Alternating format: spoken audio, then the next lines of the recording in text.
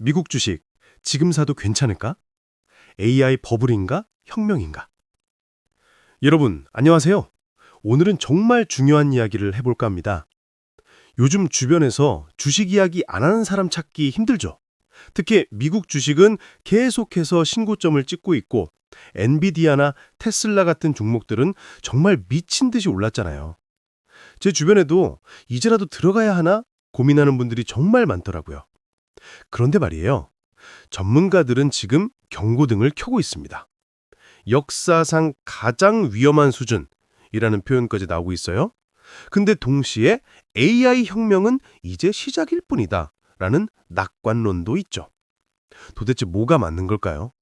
오늘 영상에서는 현재 미국 주식시장을 둘러싼 팩트들을 하나하나 파헤쳐보고 제가 전문가로서 어떻게 보고 있는지 솔직하게 말씀드리려고 합니다. 끝까지 보시면 지금 시장이 이런 상황이구나 확실하게 이해하실 수 있을 거예요. 그럼 바로 시작해 볼게요. 구독과 좋아요는 영상 제작에 큰 힘이 됩니다. 자, 첫 번째로 알아야 할 충격적인 팩트부터 말씀드릴게요. 미국 연방준비제도, 그러니까 페드가 발표한 자료를 보면요. 2025년 2분기 기준으로 미국 가정들이 가진 전체 금융자산 중에서 주식이 차지하는 비중이 무려 45%입니다. 이게 얼마나 대단한 숫자냐면요. 역사상 최고치예요. 45%면 뭐 그렇게 대단해? 이렇게 생각하실 수도 있는데요. 이게 어떤 의미인지 설명해 드릴게요. 2000년 닷컴 버블 터지기 직전에도 이 비중이 이 정도는 아니었어요. 그때도 엄청 높았다고 난리였는데 지금은 그때보다도 더 높다는 거죠. 캐피털 이코노믹스의 존 히긴스라는 경제학자는 이걸 두고 경고가 울리고 있다. 얼람 벨스라고 직접적으로 표현했어요. 제가 이 데이터를 처음 봤을 때 솔직히 좀 놀랐습니다. 왜냐하면 이건 단순히 부자들만의 이야기가 아니거든요. 401k 같은 퇴직연금, 뮤추얼 펀드 이런 거 다 포함한 수치예요. 그러니까 평범한 직장인들, 은퇴 준비하는 분들, 이 모든 사람들의 미래가 지금 주식시장에 올인되어 있다는 뜻입니다. 더 충격적인 건 이게 미국인들만의 이야기가 아니라는 거예요. 전 세계 돈이 미국으로 몰려들고 있다. 외국인 투자자들, 그러니까 해외에서 들어오는 돈도 지금 역대급으로 미국 주식에 쏠려 있어요. 페드 데이터를 보면 2025년 2분기 기준으로 외국인들이 미국 주식의 30% 이상을 보유하고 있습니다. 이게 평소에는 어느 정도였냐면요.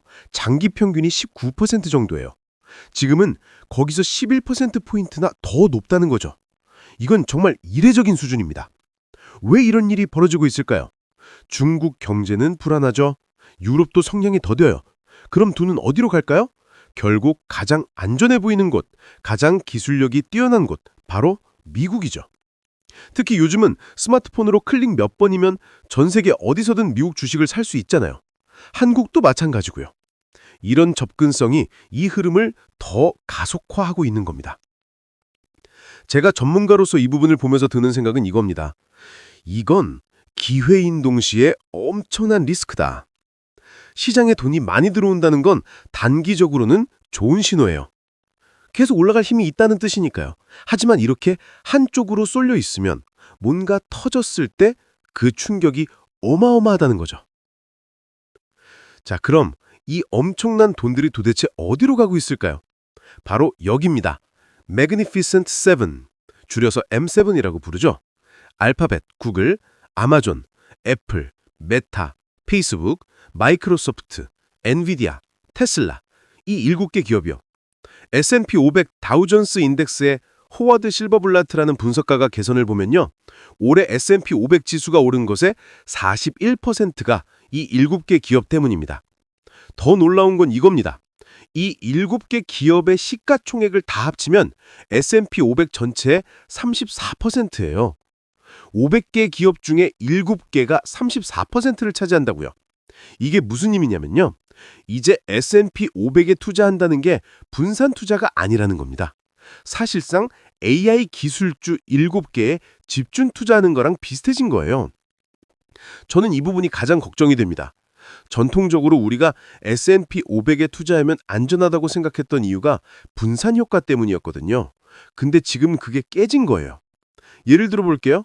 만약 엔비디아가 AI 칩 경쟁에서 밀린다거나 테슬라가 자율주행에서 기대만큼 성과를 못 낸다거나 이런 일이 생기면 어떻게 될까요? M7 중 몇 개만 흔들려도 S&P 500 전체가 크게 흔들릴 수밖에 없는 구조예요. AI 열풍, 이건 진짜일까 거품일까? 그럼 여기서 가장 핵심적인 질문을 해봐야겠죠. AI 열풍이 이 모든 걸 정당화할 만큼 진짜 대단한 건가? 솔직히 말씀드리면 AI의 잠재력은 진짜입니다. 저도 이 부분은 인정해요. 제롬 파월 연준 의장이 한 말이 있어요. 기술은 인간 삶의 질을 놀랍게 향상시키는 것이다. 이게 지금 강세론자들의 핵심 논리예요. AI가 단순히 기업 이익을 늘리는 게 아니라 경제 전체의 생산성을 혁명적으로 바꿀 거라는 거죠. 실제로 생각해보세요. 챗 GPT 나온 지 2년도 안 됐는데 벌써 우리 일하는 방식이 얼마나 바뀌었어요. 코딩, 글쓰기, 디자인, 데이터 분석, 거의 모든 분야에서 AI가 사용되고 있잖아요. 기업들 입장에서는 AI로 비용을 줄이고 생산성을 높일 수 있어요. 국가경제 차원에서도 AI가 미국의 재정 적자 같은 고질적인 문제를 해결할 수 있다는 기대가 있고요. 그러면 지금 밸류에이션이 높은 게 정당화되는 건가요? 여기서부터가 의견이 갈립니다. 저의 견해를 말씀드리자면 AI의 잠재력은 실제로 엄청나지만 그게 언제, 어떻게 실현될지는 불확실하다는 겁니다. 역사를 보면 혁명적인 기술이 나왔을 때 항상 초기에는 과도한 기대가 있었어요. 인터넷이 그랬고 스마트폰이 그랬죠. 결과적으로는 그 기술들이 세상을 바꿨지만 그 과정에서 버블이 터지고 많은 사람들이 손실을 봤습니다. AI도 마찬가지일 수 있어요. 10년 후에 돌아보면 맞아, AI가 세상을 바꿨네 라고 할 수 있지만 그 과정에서 2, 3년 정도 큰 조정이 올 수도 있다는 거죠. 시장이 무너지면 실물 경제가 같이 무너진다. 여기서 정말 심각한 문제가 나옵니다. LPL 파이낸셜의 제프리 로치 수석 경제학자가 경고한 내용인데요. 지금은 주식시장의 등락이 10년 전과는 비교할 수 없을 정도로 실물 경제에 큰 영향을 미친다는 겁니다. 왜 그럴까요? 아까 말씀드린 것처럼 미국 가계자산의 45%가 주식이잖아요. 과거에는 주식이 떨어져도 부자들 손해보는 거지 이 정도였어요. 근데 지금은 아니에요. 평범한 중산층, 은퇴자들의 먹고 사는 문제와 직결되어 있습니다. 찰스 슈왑의 케빈 고든 전략가도 비슷한 이야기를 했어요. 주식시장이 장기간 침체되면 부유층의 소비 심리가 급격히 위축되고 이게 가계지출 전체를 얼어붙게 만든다는 거죠. 이걸 전문 용어로 역자산 효과라고 합니다. 자산 가격이 떨어지면 사람들이 가난해진 기분이 들어서 소비를 줄이고 그러면 경제가 더 나빠지는 악순환이죠. 제가 이 부분에서 특히 우려하는 건 타이밍입니다. 지금 같은 구조에서 시장이 20, 30% 빠지면 그냥 주식시장의 문제로 끝나는 게 아니라 실물 경제 전체가 리세션으로 갈 가능성이 높아요. 그리고 그러면 연쇄 반영으로 더 큰 폭락이 올 수 있고요. K자형 경제, 숫자 뒤에 숨겨진 진실. 여기서 한 가지 더 짚고 넘어가야 될 게 있어요. 지금 경제 지표들 보면 괜찮아 보이잖아요. GDP 성장률도 나쁘지 않고 소비도 탄탄하고. 근데 이게 착시예요. 무디스 애널리틱스의 마크 잔디 수석 경제학자가 밝힌 충격적인 팩트가 있습니다. 2분기 전체 소비 지출의 49% 이상을 소득 상위 10%가 했다는 거예요. 이게 무슨 뜻이냐면요. 지금 경제는 K자 형태로 갈라지고 있다는 겁니다. 주식 가진 부자들은 더 부자가 되고 펑펑 쓰고 있는데 주식 없는 서민들은 물가에 허덕이고 있어요. 근데 전체 평균을 내면 소비가 견조한데? 이렇게 보이는 거죠. 숫자는 좋아 보이는데 실제 대다수 사람들의 삶은 팍팍해지고 있는 겁니다. 제 생각엔 이건 단순히 불평등 문제를 넘어서 시스템적 리스크예요. 소수의 부유층 소비에만 의존하는 경제는 취약할 수밖에 없거든요. 그들이 주식시장 때문에 심리가 위축되면 경제 전체가 한순간에 무너질 수 있어요. 그럼 긍정적인 시나리오는 없나요? 여기까지 들으시면 와, 완전 위험하네. 다 팔아야 하나? 이런 생각 드실 수 있는데요. 잠깐만요. 긍정적인 시나리오도 충분히 있습니다. 첫 번째, AI 평생산성 혁명이 정말 일어날 수 있어요. 만약 AI가 기대만큼, 아니 기대 이상으로 생산성을 끌어올린다면 그러면 지금 밸류에이션이 비싸 보여도 나중에 돌아보면 그때가 싸게 살 마지막 기회였네 라고 할 수 있어요. 특히 M7 기업들을 보면 이들은 진짜 혁신을 하고 있어요. 엔비디아의 AI 칩, 마이크로소프트의 코파일럿, 구글의 제미나 이런 게 다 실제 제품이고 실제 매출을 만들어내고 있거든요.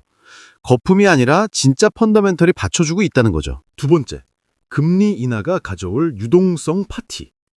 최근에 미국 30년 모기지 금리가 6.3%까지 떨어졌어요.